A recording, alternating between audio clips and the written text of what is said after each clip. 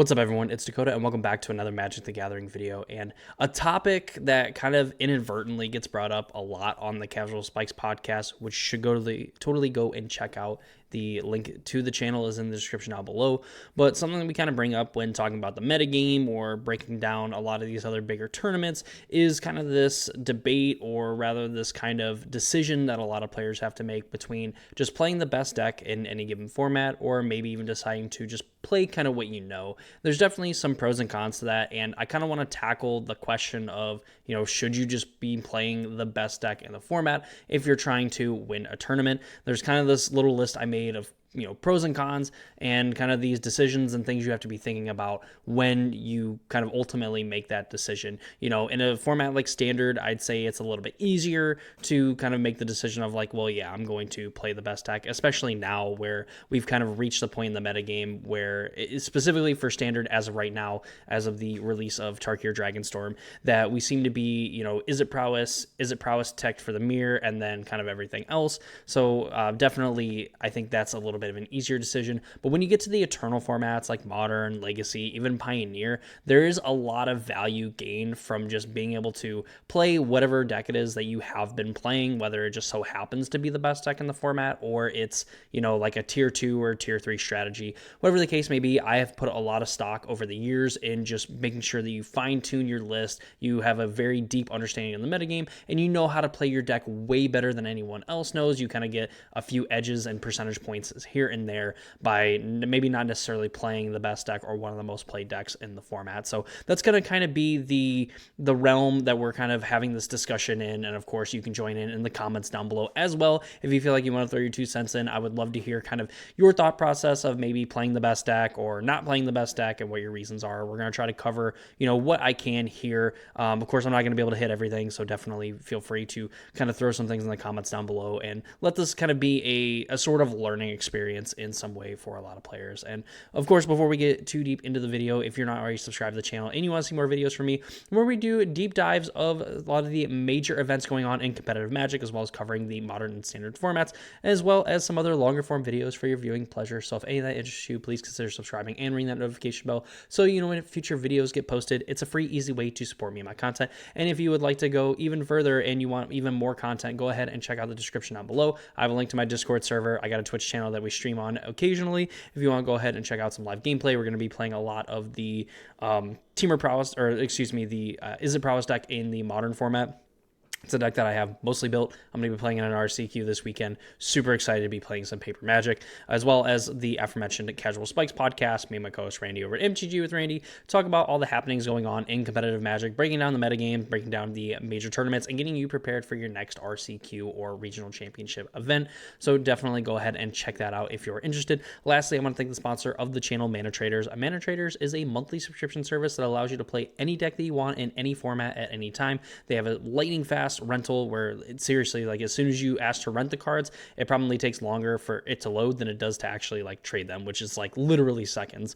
And again, you get to play whatever you want. You can play in whatever events you want online, whether it's the challenges or leagues, to potentially qualify for the Pro Tour or regional championship through the online avenue of Magic. So definitely check out the sponsor of the channel, Manatraders. They're awesome. Their service is always improving, it seems like. So, and I've definitely been a pretty happy customer for them. So I have no problem taking their support and continuing to kind of put them out there. So definitely go ahead and check them out. And with that said, let's go ahead and talk about the pros and cons and figure out if you should be playing the best deck in a Magic format. So let's kind of work through the pros and cons of just flat out playing the best deck in a given format. We'll kind of bounce back and forth between Standard and Modern, just to kind of give examples of very specific things that we're going to be talking about. And the first thing that I want to bring up is probably the most obvious when kind of having this conversation. Like, obviously, if a deck is the most played deck or is considered the best deck, it's probably the best deck for a reason. Now, this can be a multitude of factors. Likely it is either the most consistent deck and it's also very powerful, or it's one of the most powerful decks and it is fairly consistent. It doesn't necessarily have to be like the best in in kind of both categories. And I think that's kind of like an overgeneralization of kind of like what makes decks very good. Obviously, there's some nuance. There's like the rest of the metagame, but typically players are going to look for something that does something very powerful and is relatively consistent in doing it. Like, for example, in Modern, we have a deck called Neobrand that literally is able to put Gristlebrand or put a Galta into play, that's able to put, a bunch of other big monsters into play, and has some avenues where it could potentially win the game on turn one. That is an extremely powerful deck. However, you need like 5 to 6 cards to be able to enable like a turn one win. And while some of the cards do pull double duty, where there's like a Chancellor of the Tangle, like adds a green mana, and it's also a green card for your Allosaurus Rider to also put into play. So like there's that, but you still need 5 to 6 cards, and if your opponent is able to interact with it either by like counter spells or even like force negation, things like that, it's a deck that is incredibly worse. And while it does have some things to make the deck relatively consistent, it's not consistently like every game on a game by game basis able to win the game on like turn 2 or turn 3 through disruption. Like there's going to be times where it can do that, but that's not going to be the norms of the deck, and it's a deck that normally thrives when there's not really any interaction. So I would say that's a deck that has like relative consistency, but definitely and is objectively probably one of the most powerful things. I mean, winning the game on turn 1 is absolutely insane, but it's not like the most consistent deck, and why we see things like Boros Energy and is it prowess towards like the top of the metagame, or at least the decks that players kind of gravitate towards. That's because they can win the game very quickly, and if things kind of go south and they have to play a longer game, they do have some options to play longer games in a lot of the other matchups, and they can also be relatively disruptive enough to be able to open up a window for them to win the game as well. So that's definitely kind of again, a very big generalization of kind of like what's going on, but I would say that like Boros Energy is a deck that has an incredible amount of consistency and has a relatively high power level. Same with Prowess. I would say Prowess is definitely more powerful in terms of like you can probably cobble together a lot of like turn 2 or turn 3 wins with Is It Prowess. Again, you need some pretty busted draws to win on turn 3, but relatively normal draws on like turn 3, even like turn 4 if you want to like kind of play through like 1 or 2 pieces of removal as well, which is incredible. Is insane to like think about, so that's definitely something to keep in mind when you're deciding like if you're going to play the best deck. Well, what are the conditions necessary, what conditions are present that end up making it the best deck in the format? And usually you can kind of narrow down to those 2 things, where it's a deck that is very consistent and also has a relatively high power level, or is relatively consistent with a very high power level, and that's kind of what you're looking for in like those kind of formats. And the same thing with Standard, where we're actually in a pretty unique metagame where it seems like a lot of players are gravitating towards one specific deck, and now it's just kind of like, well, do you build to be better against the field, and then you're going to be kind of worse inherently against the mirror, or are you the other side of the mirror where you are better against what you suspect is metagame, which is going to mostly be these Is It Prowess players, and then you're going to be a little bit worse against the rest of the metagame, because in a deck like this, in this specific scenario, it's a deck that can win the game very quickly if you're built one way, but also inherently loses a lot of that speed, at least consistently loses a lot of that speed if you kind of go in the other way. So those are some external things to kind of think about, and you can put those in the pro-con category where you wish, but that's kind of the idea, is like if you're going to pick up the best deck and you're going to play the most play deck in the format, there is a reason why, and that can be like a pretty big generalization as to why you would want to play that sort of deck. I mean, it's going to be very consistent, it's going to be very powerful. The next thing, basically, if you're just kind of picking it up for the first time, or you're just kind of getting into playing the form, whatever the case may be. Usually if you end up playing a deck that has, a very big share of the metagame, there's going to be a lot of content and a lot of resources out there to kind of help you get up to speed, potentially. So we know that in, the year 2025, there are plenty of really good players out there that have full deck guides on how to build the deck, the 75 you should play, what sideboard changes you should make and given matchups, how to approach certain matchups, all sorts of things, primers, whatever you need. On top of that too, there's a lot of videos. I mean, YouTube is obviously a great resource. There's also Twitch, where there's a lot of Magic streamers and a lot of Magic content creators putting up videos, streaming all the time. And this is like a place where, some of the more popular decks, where they're kind of trying to play the best deck and kind of have this mastery to potentially, take these to like bigger tournaments. You're going to be able to kind of get like real-time feedback in a way of like, okay, well, this is how they sideboarded in that matchup, and like the more information you kind of gather, the better that you're going to kind of feel about your decision, right? I mean, I think it's very easy to want to play a deck that you can go to and be like, okay, if I know nothing about this, I can go and watch like these 2 or 3 people, or I can get this guide, and then I have a lot better of an idea of like what's going on and how I approach certain things, rather than my initial thoughts on how I approach playing the deck, or maybe how I would take certain lines of play, that sort of thing. Obviously, some cons to playing just the most played deck in the format, best deck, whatever the case may be, is you're going to have a target on your back. Again, while in one hand we can say that the best deck in the format is the best deck for a reason, because maybe it can play through a lot of hate, maybe it just gets under a lot of it, goes over it, whatever the case may be, you're still going to have a target on your back. And whether that's something like Standard, where the best deck in the format has kind of metamorphosed into being more of like beating the mirror, and then also trying to like hedge its bets necessarily against like the rest of the metagame, or in the case of like Modern, even as another example in Standard, we see a lot of like white beast decks playing, main deck Authority of the Consuls, and not this Tiny Big Enough, and High Noon, to kind of combat like the multiple spell angle that the Izzet decks try to take on. So that's definitely something that you have to be informed of, something that you have to kind of keep in mind when you are playing, especially a deck that's like that prominent in like a metagame. And then, for something like Modern, you're going to end up facing, roughly 5 to 10 sideboard cards. Like if you're one of these creature-based decks, something like the Izzet Prowess or the Boros Energy decks, your opponents are going to bring in a lot more removal, which means that your kind of crazy insane starts are going to have to play through more interaction. Maybe you're going to have to play a little bit slower, those sort of things. Or if you're like a combo deck, it's like players are going to be playing, extra graveyard hate to make sure that you can't use your graveyard as like a resource to kind of do your combo thing, or bringing in more counter spells, whatever the case may be. You're definitely going to have that target on your back. That a lot of the time, for most decks, if they don't necessarily have a favorable matchup against what is the best deck in the format, they're going to be bringing in a lot more cards, which means that there's a higher percentage of the time where you're going to have to play through hate. Now, that doesn't necessarily mean that every single game you're going to have to play through one or multiple hate pieces. There's going to be times where you play games and your opponent just doesn't draw any of them. That's honestly the variance. That's magic. But a lot of the time, you are going to have to be prepared, even as early as game 1,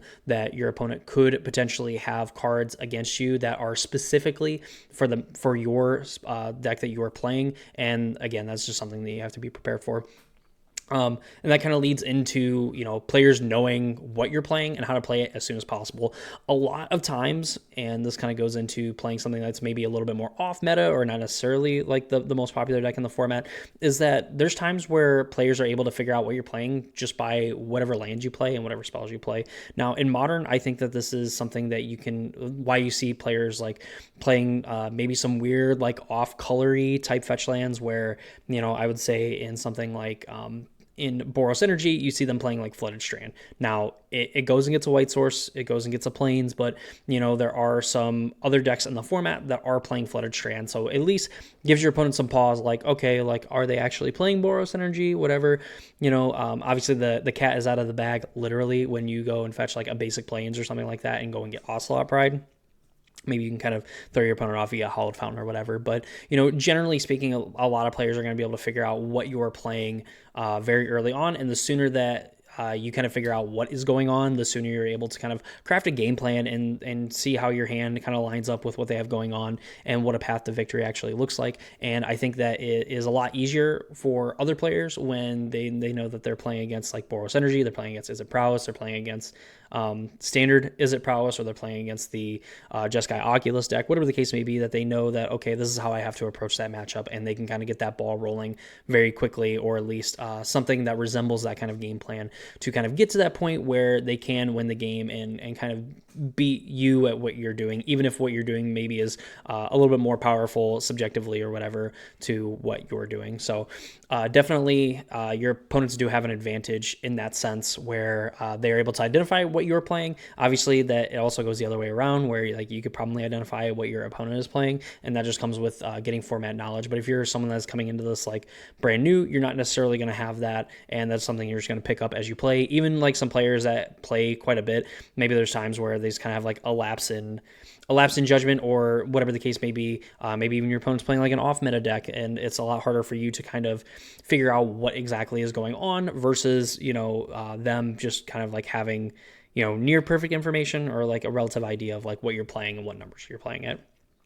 Lastly, and I think this is kind of for some people might not be that big of a deal. Maybe it's kind of like an overthought, but for me, definitely having an overabundance of information. I know that there's like a term out there where if you give somebody too many choices, that it's way worse than having like a lack of choices. So like we talked about, the best deck in the format, you have a lot of content and a lot of resources. You look in, there's pro players that are playing these decks through competitive leagues, and you see them 5-0 for one, maybe they play a difficult matchup and they end up winning, that sort of thing, and they have a build of that specific deck. Then you go and look at a guide from someone else and they have, 5, 10, 15 cards that are different from maybe what this person played. And then you go to another person and it's like, well, it's kind of a mix in between these two. And you see like 4 or 5 different deck lists. And while like the meat and potatoes, like the basic game plan is kind of the same, you kind of have these other like flex cards, or maybe even cards that you didn't necessarily think were flex cards that are like shaved down, where I've seen, specifically in Izzet Prowess, because it's the deck I've been playing a lot of in Modern, that some decks are just like shaving a slick shot show off and playing 17 lands. Some are playing 18 lands and, playing 4 slick shot show off, or they're playing 3 and they're playing an unholy heat, that sort of thing. That's like a very basic example. And of course the sideboard is like usually completely different depending on what list that you end up seeing. So definitely then, if you're playing different sideboard cards and maybe your main deck's a little bit different, the sideboarding is going to be a little bit different. You're probably going to shave more than likely some of the same cards, but if you're already shaved on some of those cards because they're just in general pretty bad, then it makes sideboarding just a little bit more difficult. And in a game like Magic where play draw is very important, but also how you sideboard can be pretty tough. And I think just having an overabundance of that information where you're like, okay, this is how I want to build a deck, and then you're like, well, there's like this pro player and like his build of the deck or their build of the deck is a lot different from mine. And then you go and like see a guide from somebody who's like, yeah, I've won like the last 2 modern challenges with this deck, or I've won like the last standard challenge with this deck, and this is how I build it, and this is how I approach the matchup, and the approach just seems completely different from someone else. So there's definitely a little bit of overload of information now that as you kind of become a better player, that doesn't necessarily become as much of a bad thing. I think it can still, for even some players, just kind of like put you in a bind of like, okay, well, do I want to play a more aggressive build of this deck? Do I want to be a little bit more conservative? Whatever the case may be. And I think that when you have like a lot of information, you have a lot of different people that are kind of pulling you in different directions, not obviously physically, you're kind of doing it to yourself, but definitely in that sense, you are looking at potentially confusing yourself, maybe like unfortunately kind of splitting between 2 camps, and then kind of just being worse in general versus just like making a commitment to one or the other. And again, this is like all a subjective thing, but I also think that this is something you have to keep in mind when you are deciding on like what deck that you're going to play in a specific metagame. Now, as far as like playing the best deck, and something that I have held like personally for me, and something I've brought up again a lot on like the Casual Spikes podcast, is like 90 to like 95% of the time, I think it is absolutely correct that if you have been playing a certain deck and it is still playable, and you still have a lot of game and you have like a lot of like knowledge against a lot of the decks that are seeing play in the format and like what you would consider like in the tier 1 status of the format, I think that you gain a lot from playing it. And this is kind of where, you have pros and cons of playing something like off meta where, your opponents don't really, it takes them a little bit longer to figure out like what's going on. Something like Yawgmoth. Yawgmoth is a deck that I've enjoyed, and while it's not particularly good in the metagame, I mean, I've had plenty of leagues that I've played where I've played like 3-2s and 4-1s, against decks that really probably shouldn't beat, so definitely it's not like impossible. Your games are definitely going to be a lot harder because you're going to be playing probably a less powerful deck, maybe even a less consistent deck, so where your opponents are going to have like these draws where they're going to win games like on turn 3, turn 4, whatever the case may be, and you're just like, oh, well, I need very specific cards to like not die to this, but then I also need to be able to add to my board, and it just makes it very difficult in those scenarios. But in a lot of cases, if your opponent doesn't really have an idea of what's going on, and they're just kind of like playing, there's the potential that they could mess up and play into certain things that, if they were able to pick up on it a little bit sooner, they were able to play around. So you kind of get a little, you get a few percentage points in your direction, especially like the more greener I would say that the opponent actually is, maybe to a format, or just isn't like so deeply ingrained. They're kind of used to, a lot of the tier 1 matchups, maybe some of the tier 1.5 matchups. If you're playing like a tier 2 deck, you're going to get some percentage points in your direction.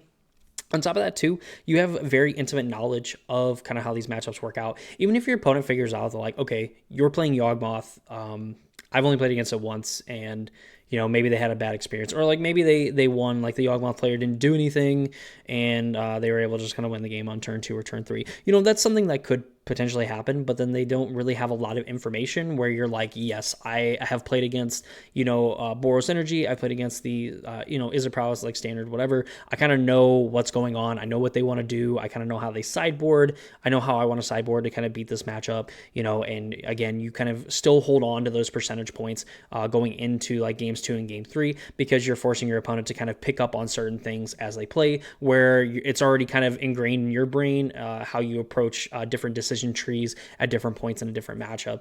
And again, like that's something that comes with playing a deck a lot, and then playing a lot over a period of time, where I would say that I'm a solid Yawgmoth player. I wouldn't say that I'm like a great Yawgmoth player, but there are some things that I definitely see, especially in certain matchups, where maybe as like an Izzet Prowess player, I wouldn't necessarily pick up with on Yawgmoth, just because Yawgmoth hasn't really been like that relevant of a deck since the release of MH3. That makes me really sad. But in general, like you definitely do hold on to some of those points. And again, you are kind of working with a lot more information off the rip versus your opponent, who's like slowly kind of getting this drip of information as the game kind of plays out. So that's something to keep in mind there. Definitely a con, though, is that there's not very many players that, obviously the worse a deck is, the more likely you're not going to be able to find a lot of resources on it. Like Yawgmoth, there's quite a few players that kind of play it. We see like Demonic Tutors from time to time play a deck. We see like me, MTG.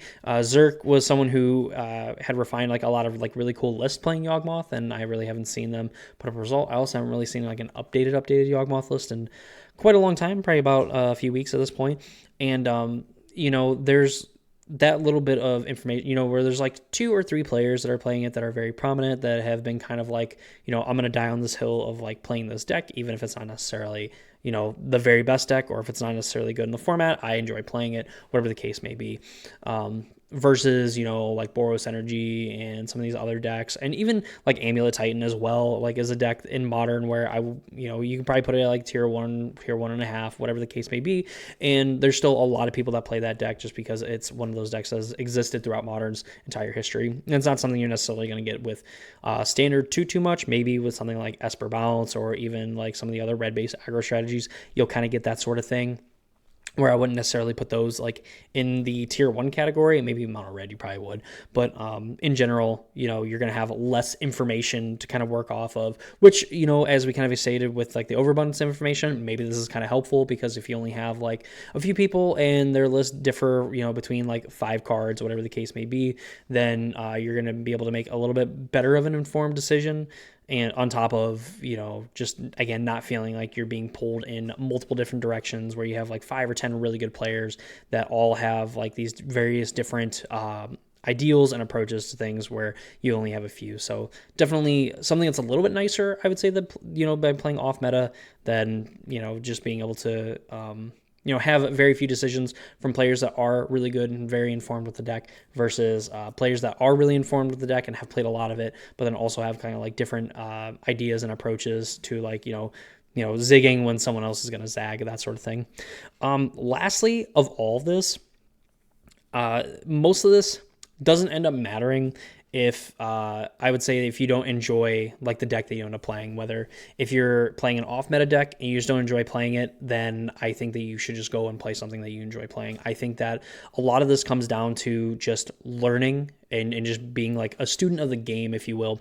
And that's kind of like what I've done through like my competitive history, is like when I've played a deck, I've played it to death. Like I played Death Shadow forever back in like the mid to late 2010s, when it started to be a more fleshed out archetype and players were kind of making these innovations and whatnot to the deck. And even when it was tier 1, when it was bad and kind of like in its waves where, oh, this is good, no, now it's bad again, I've played it regardless, and I've gotten a lot of information, and it's definitely something that has helped me, because then I've learned like the metagame from one perspective, and it's allowed me that at other times when I've decided to pick up and play other decks, that I kind of know what my opponent is trying to do, and it's really just trying to figure out what I'm trying to do.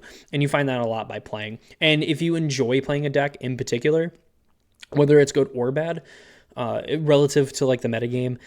Definitely, it's a lot easier to learn and it's a lot easier to absorb that information when you're kind of enjoying what you're doing rather than just, doing whatever. Like, I'm playing this deck because it's the best deck, but I really don't enjoy playing the mirrors.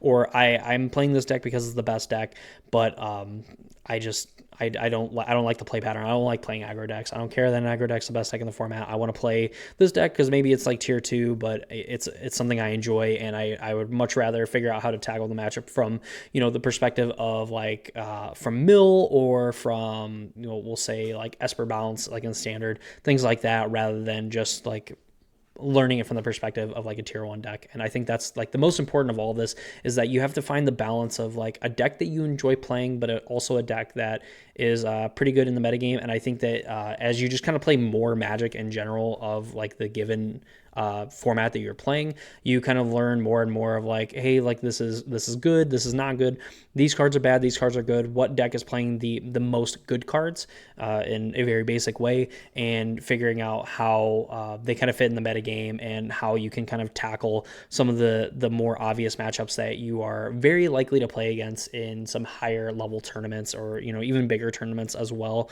So that's something that you have to figure out as a player. But hopefully this video was kind of helpful in kind of understanding some of the pros and cons of, playing a meta deck versus maybe playing something a little bit more off meta.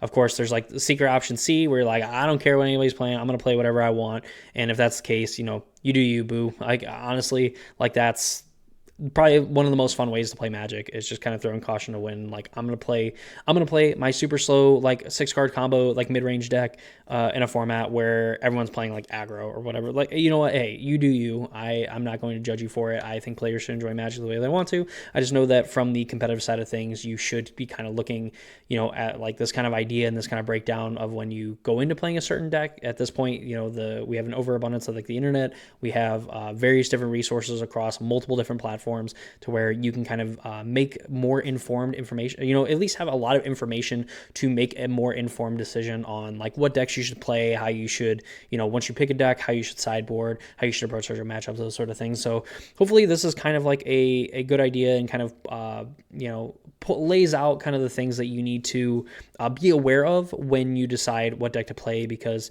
while it does seem as simple as like, I'm going to play this and then this is what I'm going to do forever, there's some things that you need to kind of take into account when you are going through and picking a deck for a given format. So I hope you found this helpful. If you did, please leave a like on the video, comment down below anything that I might have missed, or something that maybe you consider differently from what I kind of brought up in this video. I do greatly appreciate all the conversations and stuff that I can have in the comment section down below. Of course, it also helps with the algorithm, so you are helping me out, and I do greatly appreciate it. Subscribe to the channel, check out the description for even more content if you so choose to. And yeah, that's gonna do it for me in this video. Hope you all enjoyed it, and I hope to see you all in the next one.